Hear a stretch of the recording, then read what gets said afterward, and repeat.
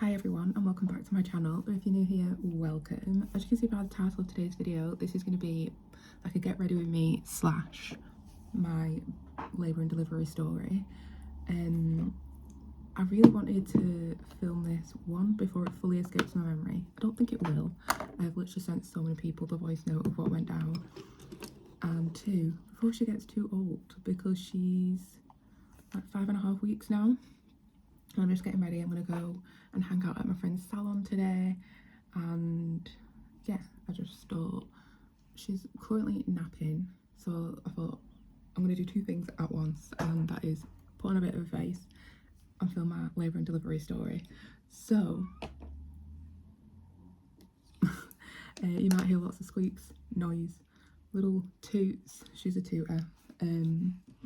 So yeah, this is labour and delivery story of my first baby, and I didn't know what I was having. We'd agreed, well, it's kind of just always been a thing for me in my family at least, where we just don't find out what we're having. Like, you're never gonna get a surprise that amazing ever again, especially for the both of you. Like, when it comes to like proposals and stuff, one of you always knows that someone's gonna propose. So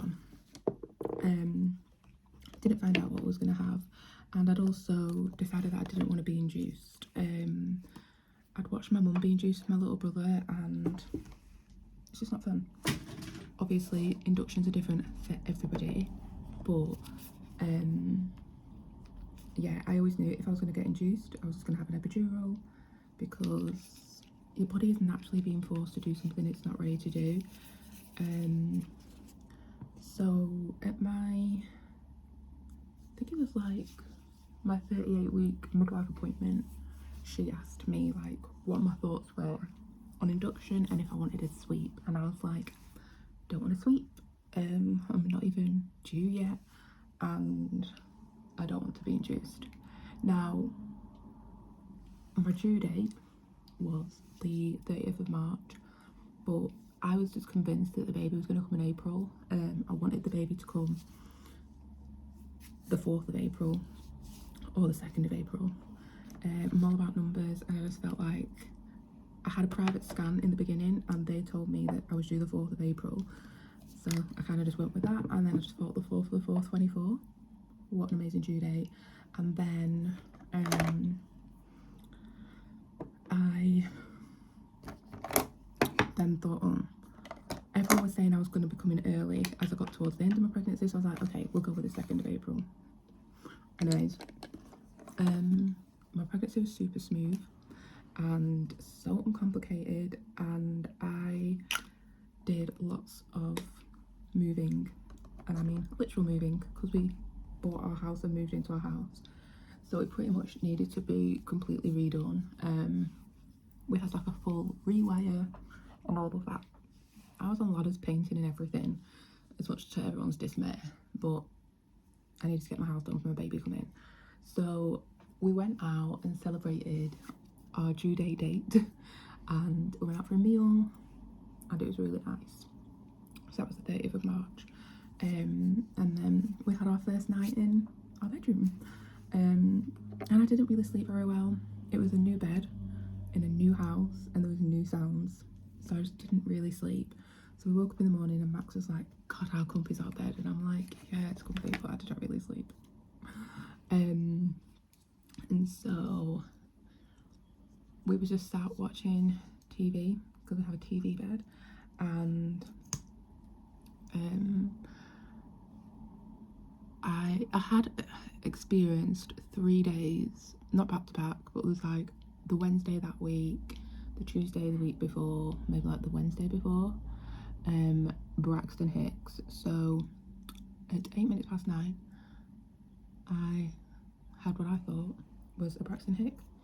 I was like, didn't really think much of it. It was just like, I just have these like I'm getting close to delivery. And I knew it was the time, because at this point I'd like shown Max a TikTok, so the TV had gone on to like standby mode, but it's like it does like a slideshow, so the time was on, so it was like literally like watching TikToks, and 18 minutes passed. I had another one and another one 10 minutes later. So obviously I was like, okay, quite consistent. And then I got up and when I went for a wee and I lost my show. I'm going to be very graphic in this because you're watching a labour and delivery video. So basically this is like a cloudy-ish substance that literally was coming out. Like I was able to stand up and it was just like hanging out of me. And I was like, that's weird. Called Matt to come and have a look and he was like, what the hell? And I was like, I know. I was like, that's so weird. Anyways, wiped myself and got back in bed because we was having a slow morning. And that day we was bringing around all the baby stuff. So his mum was going to come at 11, bring us some breakfast because we literally had nothing. It was our first night here. We brought overnight bags. Like we didn't fully have like functional electricity and stuff like that. Like there was still certain plugs now that don't have sockets on because our house was not complete. So his mum came round and I went for a wee again, and this time I lost my mucus plug. Bearing in mind I was still having contractions every 10 minutes. So once I lost my mucus plug, I got out my timer app because it had been over an hour now of these consistent contractions and I was getting sus. So the whole way through my labour, I'd said how I didn't want anyone to know I was in labour. I just wanted like me and Max to go through it. His mum was here and she was like, right, well this baby's going to be here within 48 hours because when she had his brother, she said she lost her mucus plug and he was born 48 hours later. But then my friend Alex lost her mucus plug and her baby wasn't born for another week. So in my mind I was like, it's coming on Thursday. It was Sunday, by the way. So I was downstairs eating my crumpet, still having these contractions every 10 minutes. And my mum like video chatted me, like she video chats me quite a lot. I say video chat because she has an Android and I have an iPhone. So I didn't, it's like, it wasn't a FaceTime. And yeah, I was just like this, like every 10 minutes, and she was like, are you having contractions? I was like, I think, like I'm not sure, like it could be Braxton Hicks. And she was like, all right, keep me posted. My mum just wanted to know when my waters broke because she knew like I didn't really want anyone like messaging when I was in labour. And at this point Max's work friend had come around to help him with something with the house.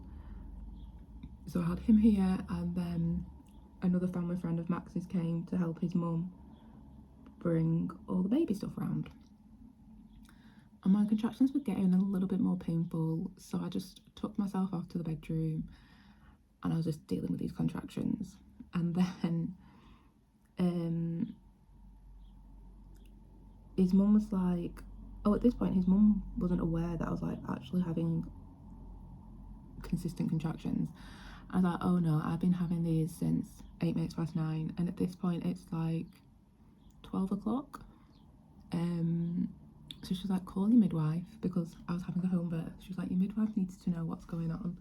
So I called my midwife and she was like, I'm just start doing calls. I'm gonna be on a break now till 5, but call this number, you'll get through to the birth centre, they'll assist you, and I'll see you tonight. And I was like, cool.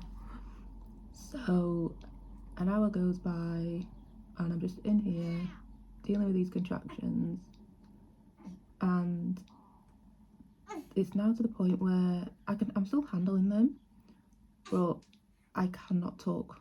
So when I'm having the contraction, I just need to focus on my breathing and moving and ride the wave. and it's literally like a wave. It hits a peak at 30 seconds and it starts to go down. I'm just gonna hopefully blend this concealer before I need to get here. And so that was happening. After I'd gone to the toilet again and I was losing like not a lot of blood but some blood, so I'd put like a adult nappy on just because I was like, I can't be out like with pads, swapping them out and stuff. So yeah, I just put this nappy on. I was like, that'll just hold what I need it to hold for now. And so yeah, I had my adult nappy on and I'm like going through the motions of these contractions, and then I like lifted myself up a little bit during my contraction and I just heard, but I felt the pop on the inside and I just felt all this water come out. Thank God I had the nappy on and my waters are broke. And so my house is like a decent sized house, but like from my bedroom to the bathroom is not far. So I got up and I went to the stairs. I was like, Max, I was like, my waters have broke. I made it to the bathroom sink started to call what was going to be the birth centre because I knew my midwife was having a break, and my next contraction come and I just could not talk, and that is when it went from 0 to 100. The contractions you get after your waters break, next level. Well, they were for me anyway. And so yeah, she was like, right, let me see if there's another home birth team midwife who can come out and see you and I'll call you back. 40 minutes went by, we didn't get a call back. At this point, I took off my top, I've got a wet flannel on the back of my neck, I'm attempting to use the TENS machine and I'm like in between my bathroom and the hallway, just trying to deal with these contractions, and not having a good time. Anyways, Max was like, I'm ringing back up, like we should have had a call back by now. And so he calls back and she's like, I'm really sorry, like I can't get hold of a midwife, but just bring her up to the hospital and we'll check her and see how dilated she is, because obviously at this point I have no idea, and we'll go from there. In my mind, I was like, I've said this whole time, I am made for this, like I'm gonna smash it. If I am not far, I'm having an epidural and we're staying in hospital and I'm not having a home birth. So luckily I had like a birth bag packed, but not like a hospital bag. So I said to Max, like, bring that. Somehow I was able to communicate a little bit. I was like, chargers, toothbrush, placenta bag, because I had my placenta encapsulated. And I got into the back of Max's brother's car because his brother was on a stag do that Max was supposed to have gone on, but obviously he didn't go because we were having a baby. And I had one leg in the footwell and one leg up on the seat, and he was like, Lash, you need to sit down. And I was like, I've gone back to non-verbal. And his mum was like, she's not going to change position, drive with your hazards on and get to the hospital. And so he drove to the hospital with me half on the floor. He got all the windows down. It was Easter weekend, it was the 31st of March, and it was hot. And I was just like, oh my god. I think my baby is ready to be picked up now. And so that happened. I was still trying to time my contractions at this point, but unsuccessful, and I could feel my body was pushing by itself, and I kind of like leaned into that and just let it do what it needed to do. So we get to the hospital and I get out of the car. Max has brought me a wheelchair and I walk past the wheelchair and he just reverses the car into like a 20-minute parking bay, and I like collapse onto all fours. And this man comes over, he's like, are you okay? And this lady comes over, she's like, are you okay? And then Max like comes running up, she's with me. But I was just having another contraction. Like I should have just got in the wheelchair, I don't know why I didn't. So then I got on the wheelchair back to front, obviously, because that was my preferred position for birthing my baby. I hadn't decided that, my body just had. So I got pushed up to the birth centre, and I vaguely remember hearing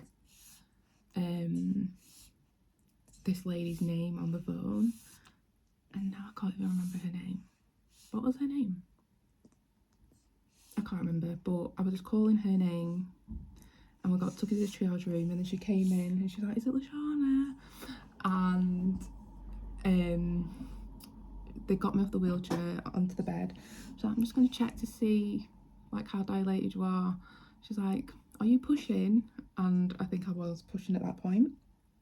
I'm a very shy person. I'm such a little prude. Like, me and Max have been together 6 years. I still get embarrassed.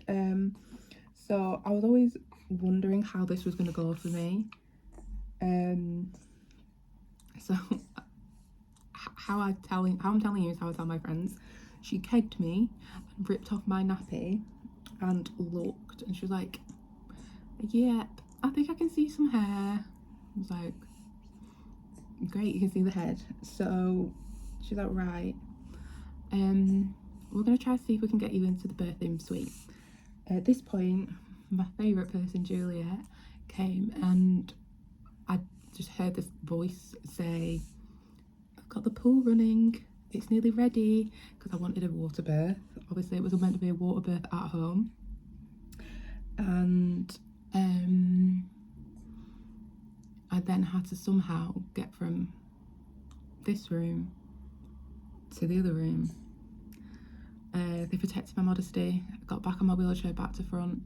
I was just biting my flannel that had been on my back, which had now become my emotional support flannel that I bit through contractions, and got took through.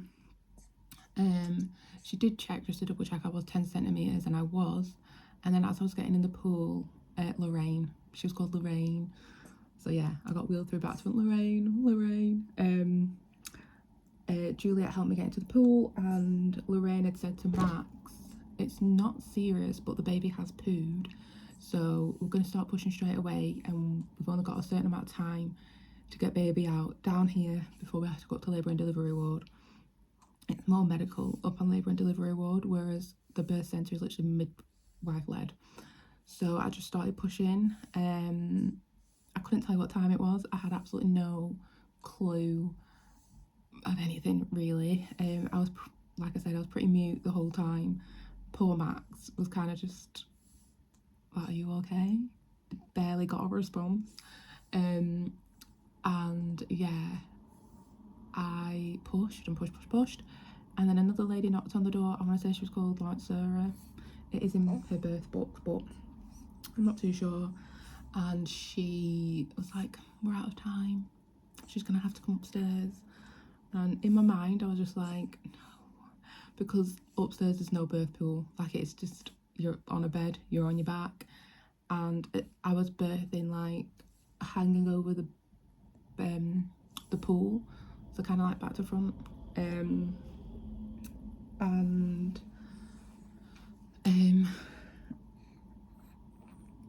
Oh, you just spat that everywhere.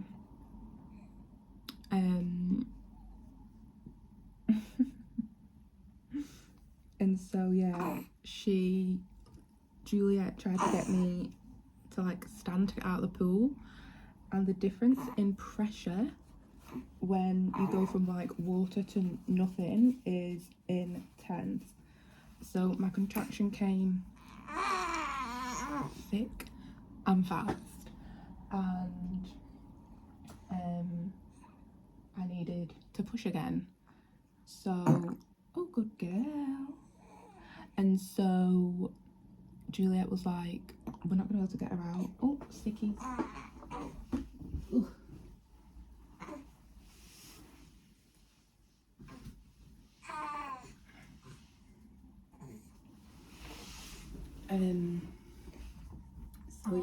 Juliet was like, we're not going to get her out of the pool. Let's just try get this baby out.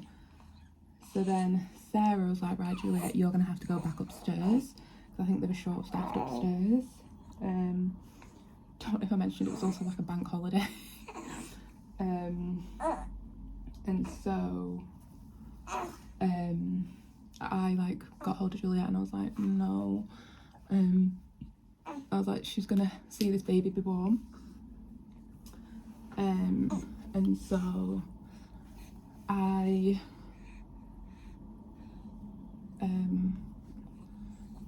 locked eyes with Juliet and she was basically like, in between contractions, we're gonna lift you up. It's not gonna be nice because it's like intense. She went, but then we're gonna bear down and we're gonna push. And that is what we did. Me and Juliet and Max were a little team. Like Lorraine kept on checking like the baby's heartbeat, and Sarah was kind of just there.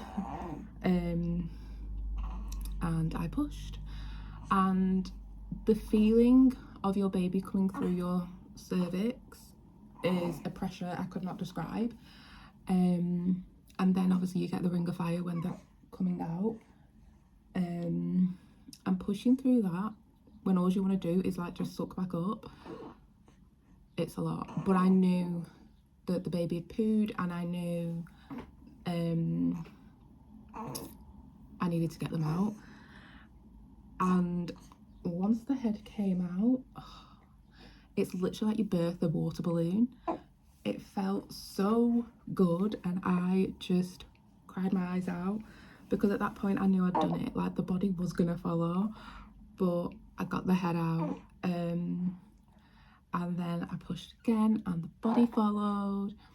And I always knew to keep the baby underwater until everything was good, and her cord was around her neck, so I kept her underneath the water. She was like this colour, she was so grey. I'll probably insert photos throughout. And yeah, once the cord was like from around her neck, I like pulled her up and like put her on my chest like this, and I saw that it was a girl, and I was like, it's a girl, even though pretty much throughout my whole pregnancy I'd claimed I was having a girl. I just had a feeling. And yeah, here she was. She's only in a vest because she was partway through getting dressed before, and then she fell asleep. But this is Bonnie. Excuse you.